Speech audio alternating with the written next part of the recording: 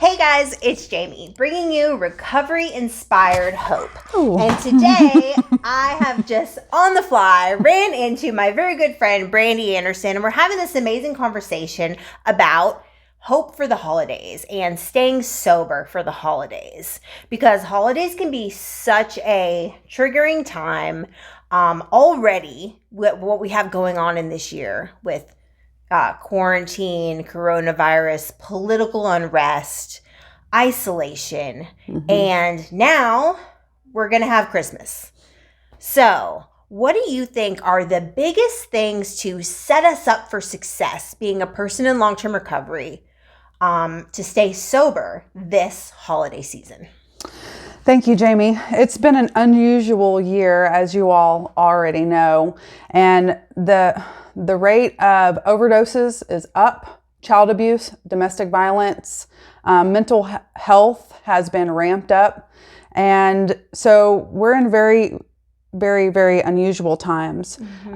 Sometimes it's really helpful to just go back to the basics, to go back to the things that we already know that works, and so a preventing relapse plan. Something as simple as having 5 numbers of people that you can give a call to readily available. So a lot of times we'll say, Jamie, you're going home for the holidays and I'm going to list you as one of my people. Are you available for me to call? And so just that way you're already checking in with people in advance. You're letting them know like, hey, I'm about to step into a risky situation. So we're reaching out to our network. We're having the resources readily available. That is something that is sure-found way to set us up for success is using our support network, checking in with people. Right. Accountability. Absolutely. So having people ready, hey, this is what I'm doing. I'm going to be at mom's house, dad's house, ex-husband's house, wherever, sister-in-law's house, and this is what I've got going on. Yep, absolutely. So that's one really great way. Another way is to look in some grounding techniques. So sometimes when we go into uncomfortable situations, so we think about it, family is like a number one trigger, relationship problems. Absolutely. And so we may find ourselves in situations that we can't really just step out and make a phone call. So one grounding technique that I find that's really helpful is finding the furthest point away from me and just kind of focusing in on that. That kind of helps me feel settled. Some deep breathing. It sounds silly and kind of basic, but it absolutely works. And while you're doing the deep breathing, I like to check in with different body points. And so I'll say, okay, feel the tips of your toes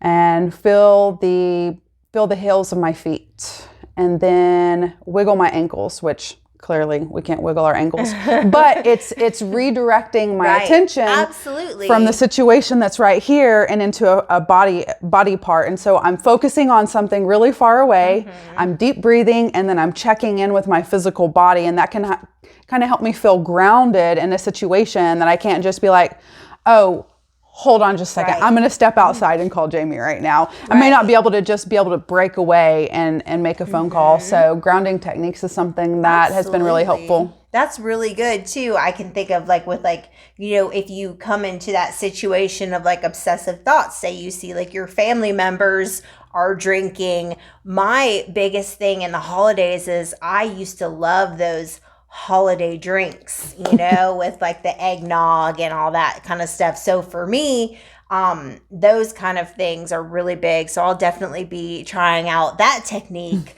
this holiday season. And then of course we have our regular meetings that are still going to be going on, right? So we can always go to meetings, having ourselves accountable, grounding techniques. We have the CARES Warm Line. Yep. You can always call that. Yep. And, also I think too, this holiday season, it's really important to stay grateful and set yourself up with a positive attitude too, right? Like this holiday season might be just the craziest thing I've ever seen, but however, I have internet and toilet paper. Yes.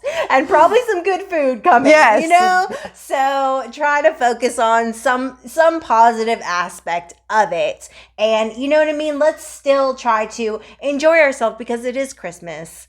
And it is time for us to spend with our friends and family, whether that be blood family, recovery family, whatever that is. So making sure that we are, setting ourselves up for success this holiday season. And thank you so much, Brandy, for doing this talk with me. And we hope you guys have an amazing holiday. Merry Christmas from Recovery Inspired Hope and from ARC. Woo! Bye. Bye, everybody.